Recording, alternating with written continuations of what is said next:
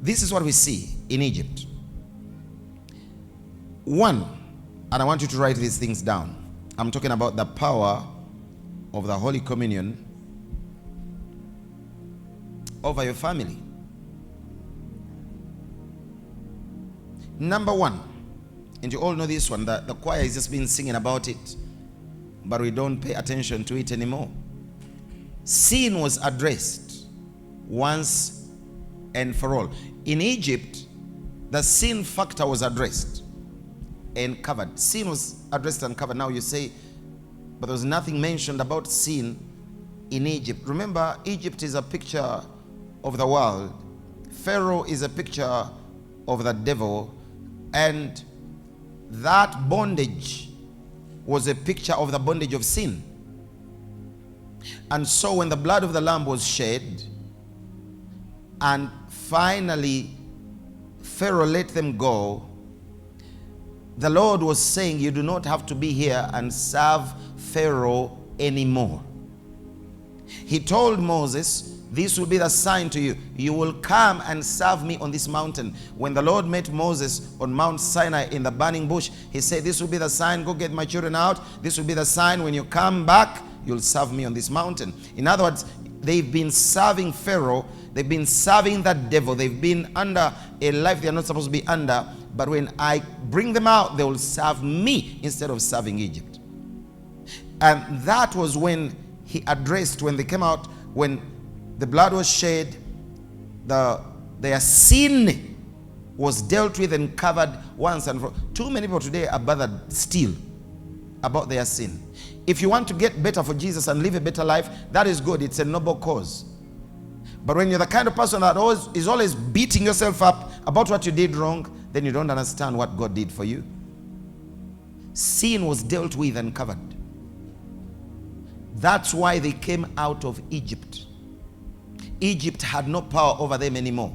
So that was number one. Number two, the bondage of oppression was broken. Call it what today you call demonic oppression. Today when you're talking, when people are talking deliverance. That's what they are trying to deal with. They are saying Satan still has power over me and I'm trying to get rid of that guy. Well, Holy Communion is supposed to reveal to you that the guy has no power over you anymore. If you come into the right knowledge and understanding. Do you understand what I mean? He says to the Colossians that Jesus Christ the Father has delivered us from the power of darkness and translated us into the kingdom of his Son. That's what he says. Who has delivered us from the power of darkness and has translated us into the kingdom of his Son. So if he has translated us into the kingdom of his dear Son, he has delivered us. So when they came out of Egypt, it would be foolhardy for them on the other side of the Red Sea to say, oh, may the Lord deliver us. It wasn't that God hadn't delivered them. The problem was with them, because for them, their mind, and that's why we teach. Look here, everybody. This is why we teach. When the children of Israel were in the wilderness on their journey to the promised land, were they still in Egypt? Did Pharaoh still have power over them? Now there's reason I'm asking this. Please pay attention. Did Pharaoh still have taskmasters over them? Was Pharaoh still dictating their lives? Were they physically still in Egypt? No. But you know what was still in Egypt? Their mind. They were out, but their mind. And that's why we teach. We teach to tell you he has, because we want to get your mind out of there. To renew your mind, get your mentality out of there. And because their mind was still there, they kept talking about Egypt. Isn't that so?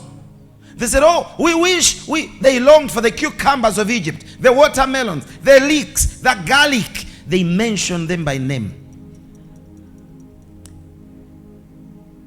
Watermelon, cucumber, melon, garlic, and the leeks.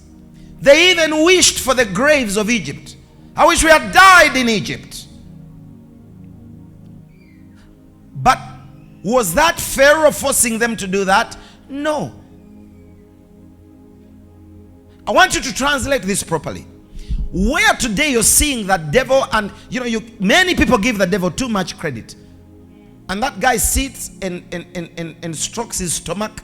He says, they still worship me. Even when I'm not in their life, they still worship me. Why? Because you give him credit that he does not deserve.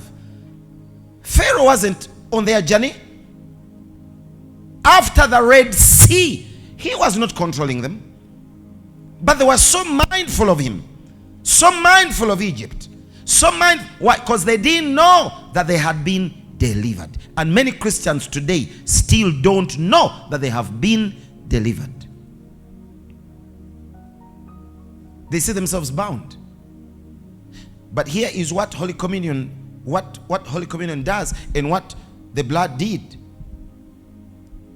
The sin was addressed, bondage and oppression was broken, then sickness and infirmity was healed.